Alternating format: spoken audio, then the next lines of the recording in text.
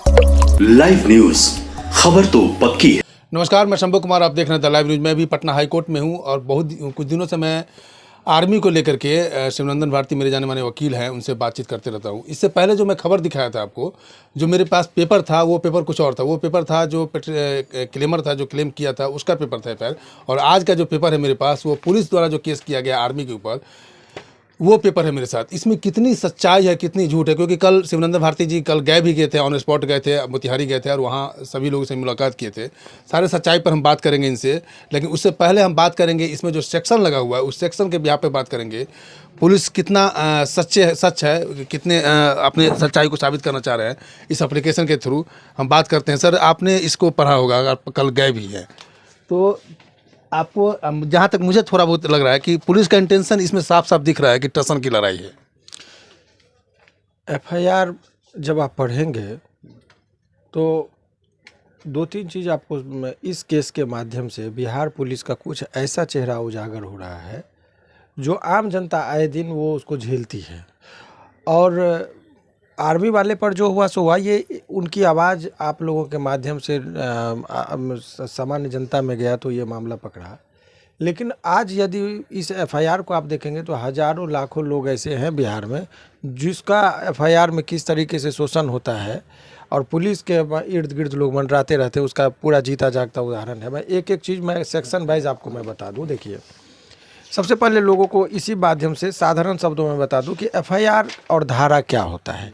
तो एफआईआर में जो बात आप बनाते हैं या जो भी बात आप बोलते हैं एफआईआर में लिख कर देते हैं, उसके आधार पर जो सेक्शन बनता है, बहुत सारा ग्रीवियस नेचर का सेक्शन है, बहुत सिंपल भी है। जैसे किसी किसी ने माने सिंपल लपड़ थप्पड़ से मारा था 323 लगता है, लेकिन किसी को आपने ऐसा मारा कि हड्डी टूट गया तो फिर 325, 24, 26 इत्यादि का वो अलग अलग है धाराएं। तो वो लोग ये धारा जो है सो जो वहाँ के जो थाना प्रभारी होते हैं, एफआईआर थाना प्रभारी के नाम से दिया जाता है। थाना प्रभारी एफआईआर को ले लेते हैं और उस पर उनको ट्रेनिंग दी जाती है कि भाई किस इसमें इस नेचर का जो है एप्लीकेशन, उसमें कौन सी धाराएं लगेगी और उचित धारा का उसमें दिया जाता है। इस केस में आप देखिए जो धारा लगा है, मैं पहले धारा के पहले एफआईआर का जो मूल बात है वो कहता है कि मैं वो पुलिस ने जो दीपक कुमार हैं, जितेंद्र कुमार, वो कहते हैं कि मुझे ऑन ड्यूटी में था तो मुझे खबर मिली कि एक एक्सीडेंट का जो है सो कोई मामला है। जब मैं वहाँ पर गया तो जो जिन पर आरोप था उनको मैं कहा तो वो मुझे मेरे साथ गाली गलौज किए और मैं जाने के लिए बोला तो धक्का दिए, ये बात कहते हैं। और कहते हैं कि मैं जब जाने के लिए बोला तो नहीं गए, वो भागने लगे तो मैं दौड़ के उसको पकड़ा। इतने हैं इसमें तो धारा। और मैं पहले जो रेलिवेंट पोर्शन बता रहा था उसमें ये कह रहा है कि जब उनको तुरंत नज़दीक जब उनको पता चला कि जो एक्सीडेंट हुआ है जिसमें एक व्यक्ति की हाथ टूट गई है, तो दाहिना हाथ पूरी तरह से टूट चुका है और वाहन चालक को अपने साथ चलने को कहा तो वाहन चालक ने थाना पर जाने को तैयार नहीं हुआ एवं बोला कि मेरा पैर भी है ऊपर तक, मैं मामले को सलट लूँगा। जब मैं दोबारा चलने को कहा तो वो गाली गलौज करते हुए धक्का दे दिया। मैं वाहन चालक को जाकर हटा दिया तो वो धक्का दे दिया। और भी बहुत सारी बातें जो है सो जो इसी नेचर की बातें कही गई हैं। अब पहला इसमें जो ऑब्जेक्शन है वो धारा पर आप समझिए। इसमें एक सेक्शन जो 332, 333 और 353, ये मुख्य सेक्शन के बारे में बात कर दूं। 323 सिंपल है, वो बनता है यदि धक्का मुक्की होता है तो 323 अप्रोप्रिएट है। 332 और 333 समझिए कि यदि कोई पुलिस ऑफिसर अपना ऑफिशियल ड्यूटी जो है उसका वो कार्य कर रहा है और उसको कार्य को रोकने के लिए यदि आपने गंभीर नेचर का चोट पहुंचाया तब वो 323 लगेगा और इसमें 10 साल की सज़ा है। यानी कि ये जो एफआईआर हुआ है उस पर आर्मी वाले पर जो चार्ज बनाया गया है वो 10 साल के सज़ा का जो अपराधी होगा वो नेचर का सज़ा का प्रावधान यहाँ पर ये सेक्शन के अकॉर्डिंग कर दिया। अब सवाल ये है कि ग्रीवियस हर्ट का जो पहला जो डिफिनीशन आप समझिए, वो दो तरह का चोट जो होता है वो दो तरह का होता है। एक हार्ट में सिंपल हर्ट हो गया और ग्रीवियस हर्ट हो गया। चोट में चोट हो गया और एक गंभीर नेचर का चोट हो गया। गंभीर नेचर का चोट का जो डिफिनीशन 320 में दिया गया है उसमें जैसे कोई हड्डी टूट गया, सर फट गया और भी एसिड का अटैक है, बहुत सारा जो मूल बातें हैं। तो कहीं वो चीज़ें नहीं है कि इसमें पुलिस को कहीं कोई रिकॉर्ड कोई टूटा है, नहीं टूटा है। क्या वो ग्रीवियस हर्ट के डिफिनीशन में उनका केस आता है? क्योंकि एफआईआर में तो कहीं इस बात का जिक्र नहीं, धक्का दिया, कहीं वो चीज़ नहीं कह रहा कि मेरे साथ कुछ हुआ। तो ये 333 का कोई मटेरियल नहीं था, तो आखिर क्यों लगाया गया? वो इसलिए कि बेल के टाइम में मजिस्ट्रेट साहब देखते हैं सेक्शन का, अरे बड़ा सेक्शन है तो वो छोड़ देते हैं। फिर उसके बाद जाता है सेशन न्यायालय में, डायरी उड़ी का सपोर्ट देखते हैं, डायरी मांगेंगे तो इतना दिन, लंबा से लंबा दिनों तक वो जेल में रहे। इसलिए जानबूझकर जो मेजर सेक्शन को इम्पोज किया गया है इस केस में, तो ये पूरी तरह से स्पष्ट करता है कि या तो जानबूझकर वो धारा को लगाया गया, या ये एक अयोग्य ऑफिसर द्वारा जो धारा का इस पर ये लगाया गया, ये यहाँ पर गलत कर बैठते हैं।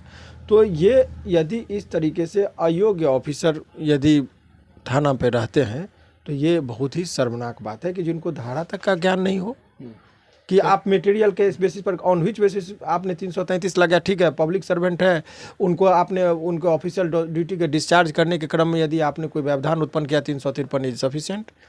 लेकिन इससे भी ज़्यादा उनको सज़ा हो, इसलिए आपने 333 लगाया। 333 में आईपीसी, आपको मैं चाहूँगा कि आप भी इसका स्क्रीनशॉट लेकर दिखाइए लोगों को। देखिए 333 जो है, voluntarily causing grievous hurt to deter public servant from his duty, यानी कि इसका यदि किसी व्यक्ति को वॉलंटरली जानबूझकर गंभीर चोट आप जब पहुंचाएंगे, और गंभीर चोट का डिफिनीशन मैं मूल बात में, चूँकि ये लॉ का पढ़ाने की बात नहीं है, चूँकि आम जनता को उतना टेक्निकल नहीं समझ में आएगा।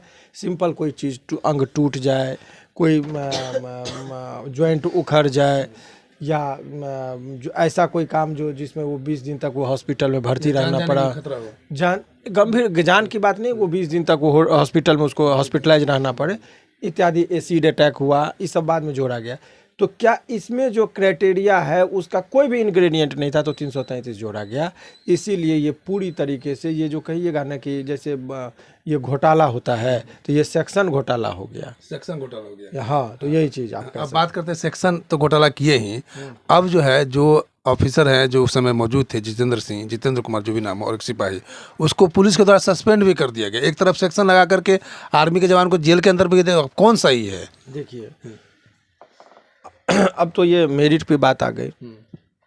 दूसरी बात, मैं एक चीज़ और मैं बता रहा हूँ कि बिहार पुलिस हो या आर्मी हो, वो दोनों जो है सो एक ही सिक्के के दो पहलू हैं।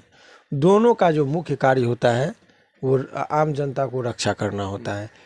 सेना के जवान जो हैं बाह्य आक्रमण से हमारे लोगों को रक्षा करते हैं, और जो स्थानीय पुलिस जो होती है, राज्य सरकार की जो पुलिस होती है, वो जो है सो आंतरिक कलह की स्थिति में या आंतरिक कोई डिस्टर्बेंस नहीं पैदा करे, ऐसे तत्वों से हम लोगों को सुरक्षा करती है।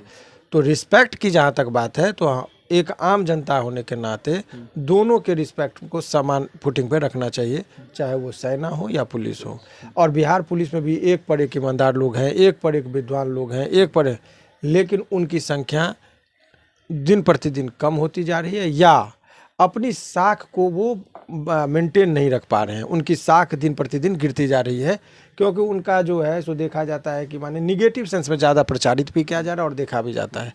तो अपने छवि को सुधारने के लिए उनको कड़े से कड़े कदम, यही चीज़ मैंने जब मीडिया के माध्यम से कल उठाया कि अभी तक आप ये मॉब को आप प्रोवोकेशन में क्यों डाल रहे हैं?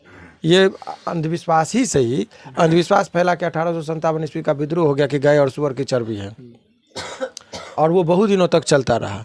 तो ऐसे परिस्थिति में यदि अंधविश्वासी से यदि कुछ हो रहा है, तो आपको एक तरफा कार्रवाई नहीं करनी चाहिए। लोगों में असंतोष की भावना बह रही है। तो आज खबर मिली है कि इसमें जो है सो सस्पेंड कर दिया गया। तो ये एक पुलिस की स्ट्रेटजी है, सराहनीय कि चलिए ठीक है, यदि उसने गलती किया तो जो प्रथम दृष्टया मामला बनता है तो उन्होंने उनके खिलाफ भी किया। लेकिन इस जो मूल बात है कि ये धारा जो लगाया गया है, उस ऑफिसर्स के खिलाफ जो है, जो एसएचओ होंगे, उनसे भी शोकज पूछा जाएगा कि आपने क्यों किया। ऐसे ही केसेस में आप देखेंगे माननीय उच्च न्यायालय पटना में एसपी साहब को पर्सनली जो बुला लिया जाता है कि क्या कौन सा ऑफिसर को आपने ये कहा, और एसपी साहब सब पे गाज गिरने लगती है। ऐसे केस में ये केस जब क्वेसिंग में, चूँकि आना भी चाहिए, बहुत हाईलाइटेड मामला हो गया, ये सब जो यदि क्वेसिंग में मामला आएगा हाई कोर्ट में, तो बहुत बड़ी जो है सो आप देखिएगा कि ये सनसनीखेज होगा इन लोगों का कि क्यों ऐसा लगाया गया। या तो अयोग्य है या जानबूझकर इम्पोज किया है, दोनों में से एक ही चीज़ हो सकता है। अयोग्य की संभावना कम है, लेकिन यहाँ पर ये जो साफ साफ दिख रहा है कि इंटेंशन इन लोग का गलत है आर्मी के खिलाफ। ये मैं डायरेक्ट फ्रेम में नहीं कह सकता हूँ, लेकिन ये बहुत ही शर्मनाक चीज़ जो है। सेक्शन आप जिस तरह से सेक्शन को डिस्क्राइब कर रहे हैं वो सेक्शन वो एप्लीकेबल नहीं है उस आर्मी के ऊपर। अगर वो एप्लीकेबल नहीं, अगर आर्मी के ऊपर एप्लीकेबल होता तो कहीं ना कहीं इंजर्ड होते ऑफिसर लोग, या ऑफिसर लोग इंजर्ड, कहीं पुलिस को भी लग रहा है कि ये लोग गलती है तो सस्पेंड भी कर दिए उनको। माने इसमें 8 प्रकार का 320 में जो ग्रीवियस हर्ट का डिफिनीशन है, 8 ही प्रकार का चोट को डिफाइन किया गया है। ये आप देख सकते हैं कि 8 प्रकार का ही चोट है, उसमें प्रकार भी दे दिया है, जिसको आप ग्रीवियस हर्ट के श्रेणी में लेके आएंगे उसमें से कोई भी कैटेगरी में वो फुलफिल नहीं कर रहा है, तो फिर कैसे वो सेक्शन लग गया? क्यों? क्योंकि उसको ज़्यादा दिन जेल में रहना पड़े, इसीलिए कठिनाई हो रही है बेल में अभी। अच्छा, इसके वजह से करना ही हो रही है, वजह से कठिनाई हो रही है, क्योंकि वहाँ पर तो ये धारा लगा दिए। और हमारा सीआरपीसी में बहुत सारी चीज़ें हैं, जुडिशियल मजिस्ट्रेट जो होते हैं उनको बहुत लिमिटेड पावर बेल में दिया जाता है। उससे ऊपर सेशन न्यायालय है, सेशन न्यायालय का अलग एक पैटर्न होता है, फिर हाई कोर्ट का एक अलग पैटर्न होता है, तो लंबा सफ़र उनको तय करना पड़े। इस सब वजह से, इस धाराओं की वजह से होता है। बाद में देखिएगा कोई मटेरियल नहीं आएगा, इसमें चार्जशीट जमा होगा, तब तक देखिएगा ये सबसे धाराएं हटा दी जाएगी, लेकिन तत्काल तो वो व्यक्ति जेल में चला गया। अच्छा, अब आर्मी जेल में है तो आर्मी के ऊपर अब क्या हो सकता है उसके डिपार्टमेंट की तरफ से? डिपार्टमेंट की बात अभी उस पर नहीं कीजिए। अभी सवाल ये है कि उनकी जो गिरफ्तारी हुई है वो निकलेंगे कैसे। तो मेरा जो सेंस करा अभी उनको वक्त लगेगा, अभी इंतजार करना पड़ जाएगा, क्योंकि ये इस तरीके से जो है, अब कहिएगा कि ये जो चीज़ गलत हो गया तो ये तो न्यायालय में आएगा और न्यायालय अपने प्रक्रियाएं से चलेगी। वो सारा चीज़ जो रिपोर्ट क्या बना के दिया, क्या आया नहीं आया, तमाम तरह का चीज़ को देखने के बाद ही इस पर विचार करेगी। तो ऐसे परिस्थिति में डायरी वगैरह की संभावना रहती है। विदाउट डायरी बेल ऐसे केसेस में जनरली नहीं दी जाती है। डायरी वगैरह का लोचा होते होते बहुत समय, होली का छुट्टी भी आ रहा है, तो अभी लंबा इनको जेल में रहना पड़ा। लास्ट में एक लाइन, जब आप गए वहाँ पर ऑन स्पॉट, तो आपको क्या दिखा, कहाँ तक आप मतलब किस आईने से देख रहे हैं वहाँ? आईने का मतलब मैं नहीं समझा कि आप क्या पूछ रहे हैं। मतलब आपको गलती, मतलब आपके जब वहाँ गए, ये बहुत गलत और सही का निर्णय न्यायालय पर छोड़ देना चाहिए, उस पर मैं कोई टिक्का टिप्पणी नहीं करूँगा। बिहार पुलिस जो है उतनी ही महत्व रखती है जितने सेना के जवान महत्व रखते हैं। उस पर भी मैं पूरे होल बिहार पुलिस को नहीं कह रहा हूँ, क्योंकि बिहार पुलिस भी हम लोगों को बहुत मदद करती है, बहुत सुरक्षा भी प्रदान करती है, और कहीं कहीं उनकी जो दूसरी छवि है वो भी आती है, उस चीज़ पर ये नहीं है। परंतु इस केस में यदि बिहार पुलिस चाहे तो अपनी साख को सुधार सकती है, कार्रवाई करें, और एक जनरल उन लोगों को एक नोटिस देना चाहिए कि भाई जब आप धारा लगाते हैं तो मटेरियल के on the basis of material आप धारा का जो है सो एप्रोप्रिएट सेक्शन में उसको रजिस्टर कीजिए। नहीं तो ये अनेकों लोगों के केस में इस तरह की बातें होती है, और लोग जो सिंपल अपराध का भी आरोप होता है उसको लंबे दिनों तक जेल में रहना पड़ता है, या गंभीर नेचर के अपराधी हैं उसको सिंपल कर दिया, तो देखिएगा कि बड़ा बड़ा अपराध में जल्दी छूट जाते हैं बेल के टाइम में, क्योंकि कोर्ट में तो यही कागज आना, वो आपके मीडिया बाइट को नहीं देखता है वो। तो ये इसमें जो मटेरियल आया उसके सपोर्ट में जो डॉक्यूमेंट्स आया उसके आधार पर केस तय होता है। सर अभी एक ट्वीट आया है आज मोतिहारी पुलिस की तरफ से, एक ट्वीट आया है कि उसमें ट्वीट में साफ साफ लिखा हुआ है कि मीडिया वाले जो है ना वन साइडेड खबर दिखा रहे हैं, दोनों तरफ की खबर नहीं दिखा रहे हैं, और जो इस तरह के वायलेंस फैला रहे हैं उनके ऊपर कार्रवाई होगी। इस पर आप क्या कहेंगे? देखिए, ये दो नज़रिया से इसको देखा जाए। पहली बात है कि बहुत मीडिया निष्कर्ष पर पहुंच जाते हैं कि पुलिस की गड़बड़ी, वो आप एक ओपिनियन, आप अपना खबर को चलाइए, एक निष्कर्ष पर नहीं जाना चाहिए। बहुत लोग कहते हैं हाँ देखिए पुलिस की ये गड़बड़ी, ये गलत है। सही बात है कि पुलिस की छवि, आप दोनों पक्ष को बातों को रखना चाहिए, ये सत्य है। लेकिन दूसरी तरफ आप देखेंगे पुलिस का जो ये बार बार नोटिस दे देना, मीडिया को डराना कि उस पर कार्रवाई की जाएगी, ये वो डेटरेंट थ्योरी होता है कि एक आतंक लोगों के मन में फैल जाता है कि लोग डर जाए कि मेरा भी नाम ना आ जाए, मेरा भी नाम ना आ जाए। तो ये सब चीज़ ये पहले हुआ करता था। लोकतंत्र में right to speech and expression है लोगों के, आप उसका जो मौलिक अधिकार है उसको डरा के आप छीनना यदि चाहते हैं तो उसमें हो ना हो। देखिएगा यदि ये सब मामला हाई कोर्ट में यदि आ जाए, आए दिन मैंने देखा, और इससे पहले भी 2-3 पत्रकारों पर अभी केस हुआ है 72 पर, तो ये ऐसा भी होगा कि ये जो मौलिक अधिकार जो right to speech and expression, उस पर भी धीरे धीरे जो है इनक्रॉच किया जा रहा है, और इसमें पूरी तरीके से हाई कोर्ट स्वतंत्र है, कभी भी संज्ञान ले सकती है। यदि उनके नज़र में ये बात आ जाए कि मौलिक अधिकार पर अब हनन होने लगा है तो स्वतः इस पर संज्ञान ले सकती है। तो इसीलिए पुलिस को भी इस तरह का जनरल नोटिस नहीं करना चाहिए, और मीडिया को भी संयम बरतना चाहिए कि सही बात है, आप खबर चलाइए, दोनों तरफ का चलाइए, और निष्कर्ष पर मत पहुँचे कि इसकी गलती उसकी गलती। आपका काम है खबर को प्रसारित करना, जजमेंट देना नहीं। तो आपने सुना अभी वकील शिवम भारती को सेक्शन जो लगाया गया है, सेक्शन के हिसाब से जो लगाया गया है वो आर्मी साफ साफ दिख रहा है कि आर्मी का इंटेंशन जो है, पुलिस का इंटेंशन साफ साफ दिख रहा है कि आर्मी को जितने लंबे टाइम तक जेल में रखना हो उतना लंबे टाइम तक जेल में रहे। ये इंटेंशन साफ साफ दिख रहा है जो सेक्शन लगा हुआ है। मैं शंभू कुमार का राजेश के साथ the live news Patna. Live news, खबर तो पक्की है।